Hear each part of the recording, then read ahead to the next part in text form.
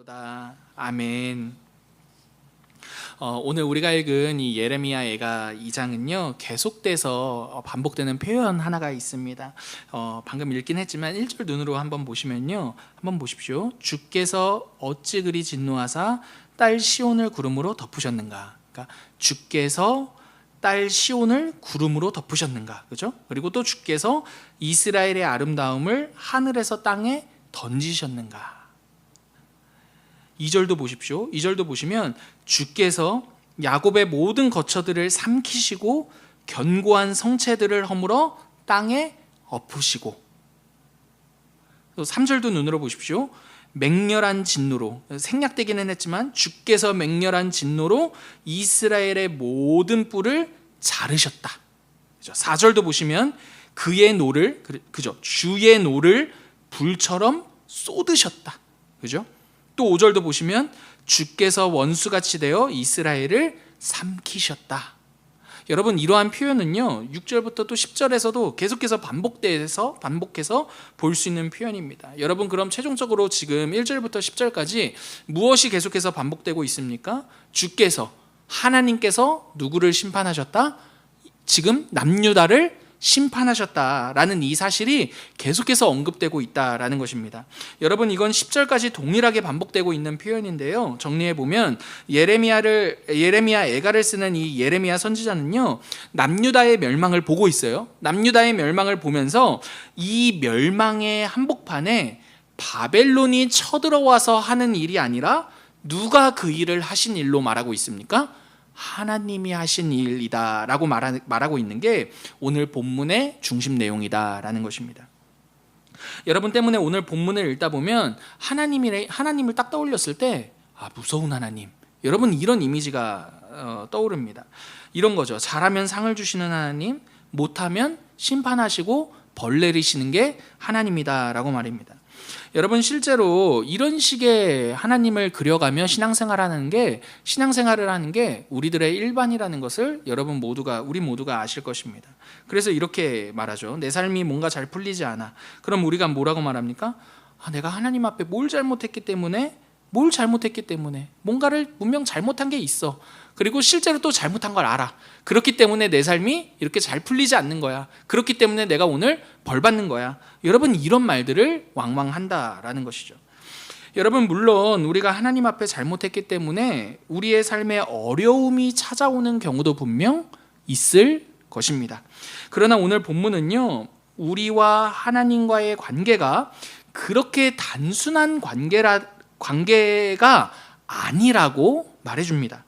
여러분, 여기서 말하는 단순한 관계란 내가 잘하면 하나님께로부터 상 받고 내가 못하면 하나님께로부터 벌을 받는 관계라는 것이죠. 그런 단순한 관계가 아니라고 오늘 본문이 말해준다라는 거예요. 오늘 본문을 때문에 제대로 이해하기 위해서는요 오늘 본문이 가지고 있는 문맥을 이해해야 합니다. 여러분, 문맥 안에서 읽을 때 오늘 본문의 의미가 무엇인지를 제대로 이해할 수 있기 때문입니다. 예를 들어 볼게요. 여러분, 바보야라는 이 문장 하나도요 어떠한 문맥에서 나온 말인가에 따라 그 의미가 천차만별입니다. 그렇지 않습니까? 여러분, 생각해 보십시오. 사랑하는 연인 간에 바보야.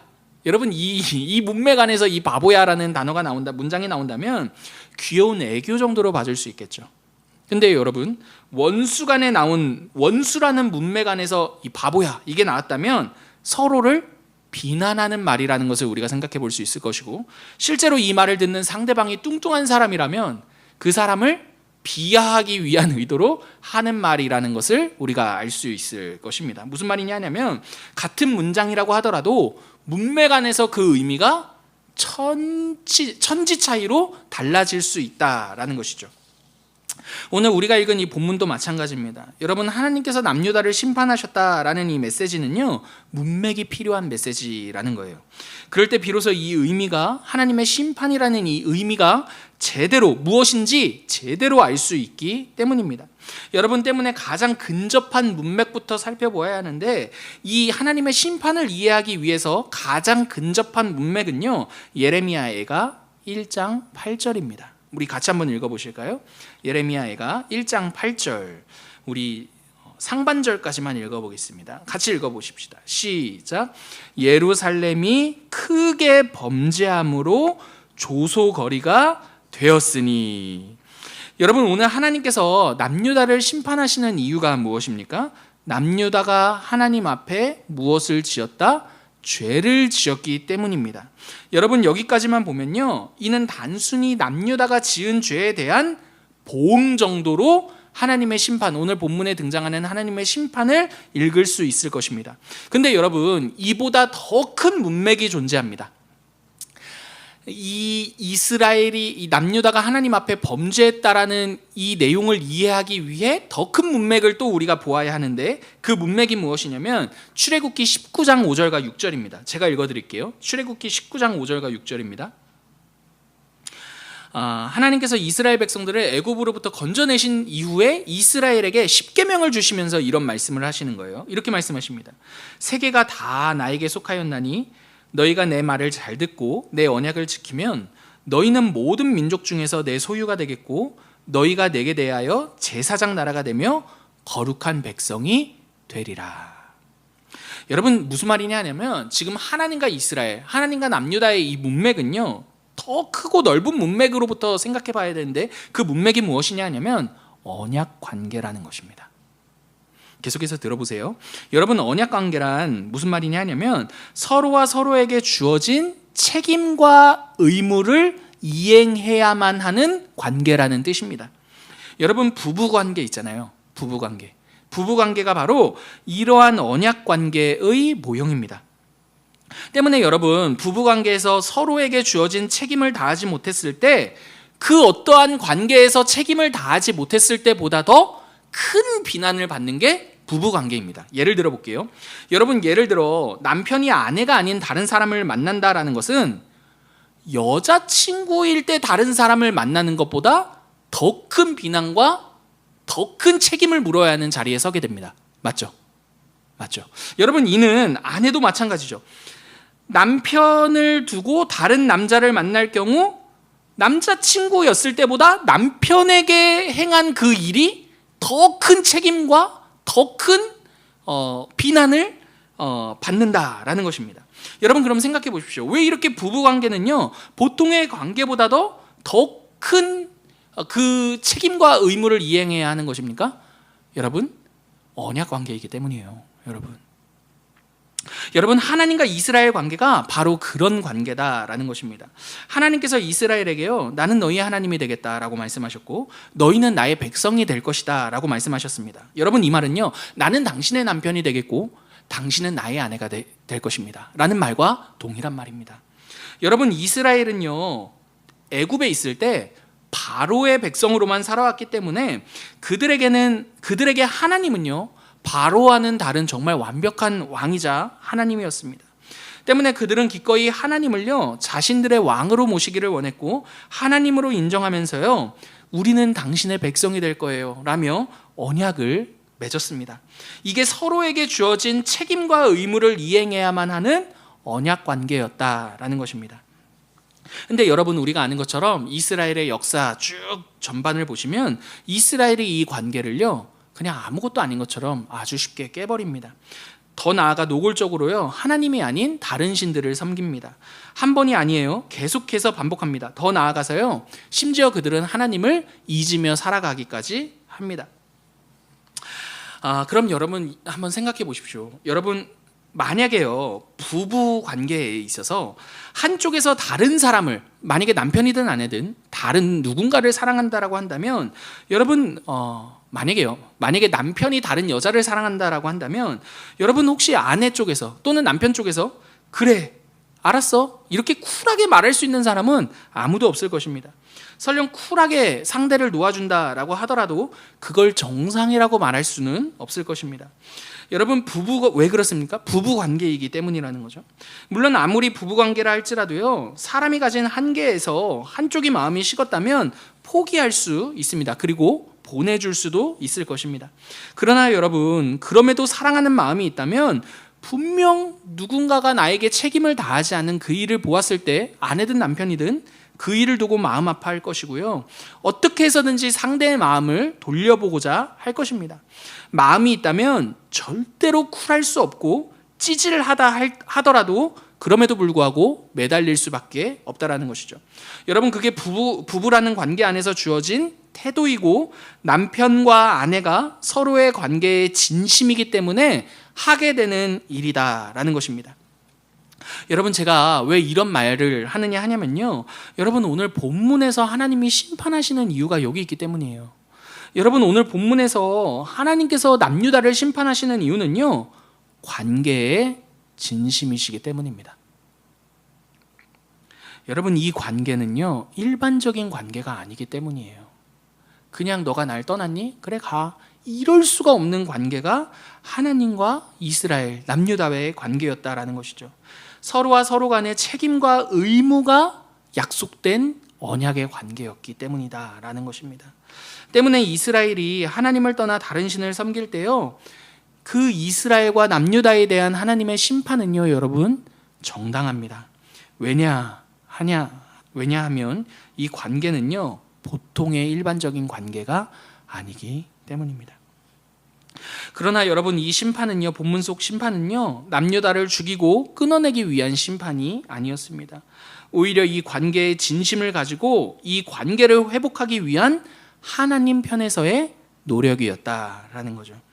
여러분, 혹자는요, 이 부분에서 이해가 되지 않는다라고 할 수 있어요. 왜 그렇습니까? 사랑한다면서 심판을 한다는 게 말이 되냐? 라고 물을 수 있기 때문입니다. 근데 여러분, 이는 사람이 어떠한 존재인지를 모르기 때문에 하는 말이에요. 여러분, 사람은요, 우리가 생각한 것보다 어떻습니까? 악합니다. 그죠? 그리고 이 마음도 굉장히 강박하죠. 실제로 여러분, 하나님께서 남유다를 대하실 때요, 처음부터 심판하셨던 게 아니라는 것을 우리 모두 알 것입니다. 이 이스라엘의 남유다의 역사를 보면요, 하나님께서 굉장히 오래 참으셔요. 그리고 굉장한 수치도 인내하십니다. 그럼에도 불구하고 남유다의 사랑을 끊임없이 보이셨죠. 이스라엘에 대한 사랑을 끊임없이 보이셨죠. 그러나 그럼에도 불구하고 돌아오지 않는 이스라엘을 향해, 남유다를 향해 오늘 본문에 이 심판이 있었다라고 말한다라는 거죠.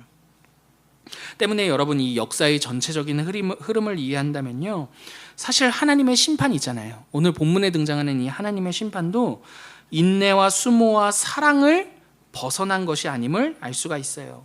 이 심판의 목적은 관계의 회복에 있기 때문입니다. 여러분, 최종적으로 예레미야 선지자가요, 남유다에 현재 일어난 이 일을 있잖아요. 지금 현재 바벨론이 쳐들어와가지고 다 포로로 끌고 가는 장면을 기록한 거거든요. 여러분, 이 남유다에 현재 일어난 이 일들을요, 단순히 바벨론의 침략으로 설명하는 것이 아니라 하나님의 심판으로 해석한다라는 것은요, 바른 역사 인식이었습니다. 왜냐하면 당시의 주변에서는요, 이런 말들이 있었거든요. 야, 우리가 망하게 된 건 바벨론처럼 힘이 없기 때문이야, 라거나 또는 외교를 우리가 실패했기 때문에 이렇게 끌려가는 거야, 이런 말들이 있었기 때문입니다.